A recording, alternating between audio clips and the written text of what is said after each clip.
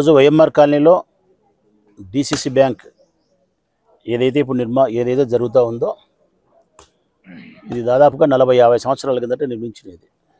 పాతబడిపోయింది. వర్షం వస్తే కూడా కొద్ది కార్యపరిస్తుంది.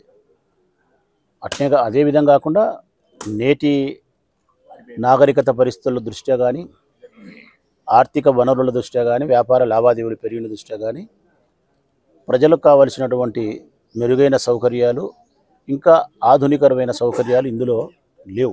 పాతకాలంది కాబట్టి నేటి పరిస్థితులను దృష్టిలో పెట్టుకొని పాతగా ఉండబడినటువంటి ఈ బిల్డింగ్ను పూర్తిగా డెమాలిష్ చేసేసి డిసిసి బ్యాంక్ వారి ఆధ్వర్యంలో మల్లెల జాన్షమ్మ గారి నాయకత్వంలో 1,50,00,000 రూపాయలతో దీన్ని పూర్తిగా డెమాలిష్ చేసి కొత్త నిర్మాణాన్ని చేపట్టడానికి భూమి పూజ చేసుకున్నాం.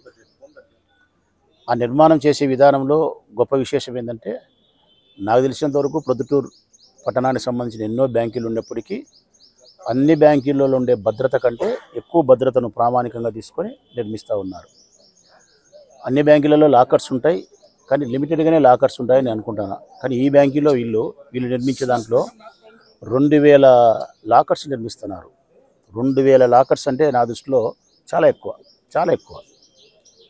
అది కూడా లాకర్స్ను కూడా మనం పబ్లిక్ ఎక్కడైతే లాకర్, ఇప్పుడు నాకు లాకర్ ఇస్తారు, నేను ఆ లాకర్ ఉండే ప్లేస్లో నేరుగా నా వెహికలే పోయే పరిస్థితి పెట్టినారు.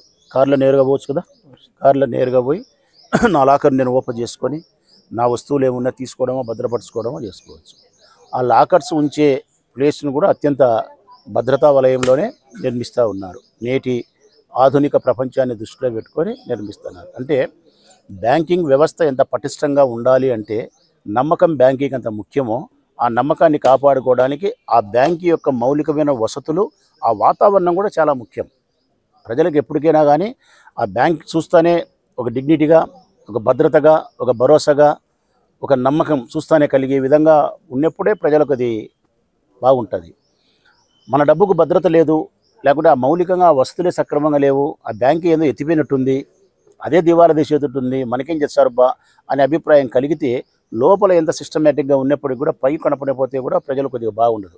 నమ్మకం చాలా ప్రధానం. అది బ్యాంకింగ్ వ్యవస్థలో డబ్బును భద్రపరిచే విషయంలో కానీ, డబ్బులు ఇచ్చి ఆర్థికంగా అభివృద్ధి చేసే విషయంలో కానీ, డబ్బులు ఇప్పించుకునే విషయంలో కానీ, విధానాన్ని పాటించే విషయంలో కానీ, ఒక ముక్కలో చెప్పాలంటే ప్రజల అవసరాలను తీరుస్తూ, ప్రజలను ఆర్థికంగా ఎదుగుదల చేస్తూ బ్యాంకింగ్ను కూడా నిలబెట్టుకోవడం, అభివృద్ధి చేయడం, ఇది మౌలిక వసతులు కూడా దీనికి అవసరం. ఆ మౌలిక వసతులనే ఈరోజు జాన్షమ్మ నాయకత్వంలో 1,50,00,000 రూపాయలతో నిర్మాణం జరుగుతూ ఉంది.